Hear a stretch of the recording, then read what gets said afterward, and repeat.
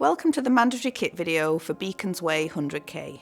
My name is Laura Yates and I'm one of the race directors at GB Ultras. Today I'll be going through the mandatory kit requirements for the event, what is required and when it is to be used. We have separated the mandatory kit into items that can be used throughout the race and items that are to be used only in an emergency. Items that may be used throughout the race. First of all, you will need a race vest to carry your kit throughout the race. Mandatory kit is to be carried through the race from beginning to end and should only be carried by the participant it belongs to. Fluids. You are required to have the capability to carry at least 1 litre of water throughout the event. This can be in bottles or in a bladder. Race tracker. On race day morning, you'll be given your race tracker for the event. This will already be switched on when you collect it. The tracker must be fastened to the shoulder of your race vest using the Velcro fastening. In order for the tracker to work correctly, it needs to have direct line of sight with the sky. If it sits buried in your race vest, it will not pick up signal, and the event team, family and friends will not be able to track you. Waterproof coat. This must have a hood, taped or sealed seams, and the minimum of a 10,000 hydrostatic head or HH rating. A good waterproof coat could be the difference between a successful finish and a DNF in a race. You'll be out on the trails for long periods of time, possibly at a slower pace than expected. Your waterproof coat will offer protection from the elements, keeping you warmer and drier. You are also required to carry waterproof trousers, a warm hat and gloves. Head or chest torch. This must have a minimum of 75 lumens, be fully charged and ready for race day. Secondary light source. This cannot be your phone or watch, as using the light on these items quickly drains their batteries. It can be a small head torch, a chest torch or handheld torch with a minimum of 25 lumens. We request a secondary torch and not just extra batteries, as there may be a number of other malfunctions on your primary light source which render extra batteries useless. Fully charged mobile phone, with Race HQ phone numbers stored in them. The numbers for Race HQ will be issued in your race instructions ahead of race day. Ideally protected from the elements in a clear waterproof pouch or bag.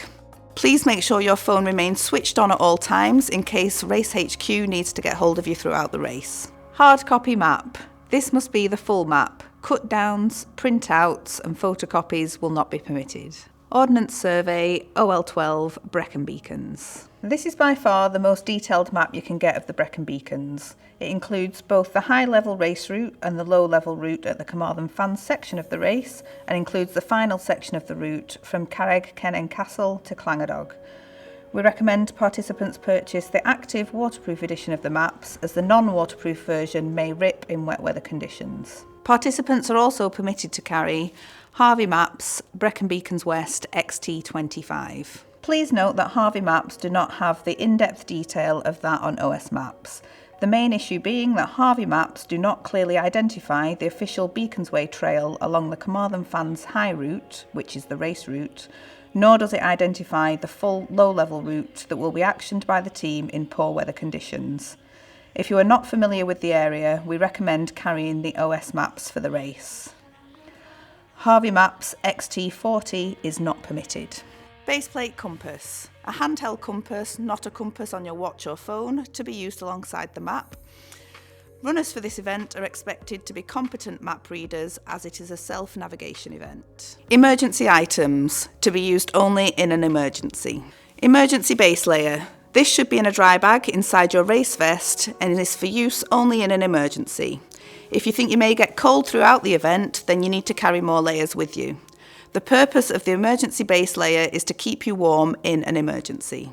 An example of what we mean by that: you're running your race really well, but decide you're a little bit cold and use the emergency base layer to keep you warm.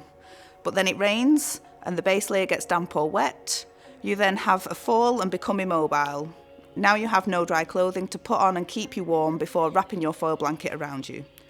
Your body temperature will drop rapidly and you'll soon find yourself extremely cold. Please make sure you have this layer for any emergencies that may occur. Whistle. Most race vests have a whistle attached, however they do not create a great deal of noise, especially against a strong wind. A full-size whistle is a better option and will help you attract attention much better in an emergency situation. Emergency rations. These must be a minimum of 500 calories. These are only to be used should you find yourself in an emergency situation. If you're wanting to eat on the go, you will need to carry additional nutrition with you. Thermal survival bag or thermal bivy bag. A foil blanket is not sufficient for this event.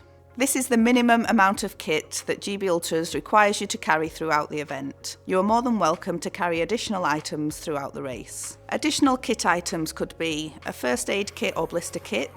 All participants are responsible for their own foot care. Electrolytes, sun protection, hat, gloves.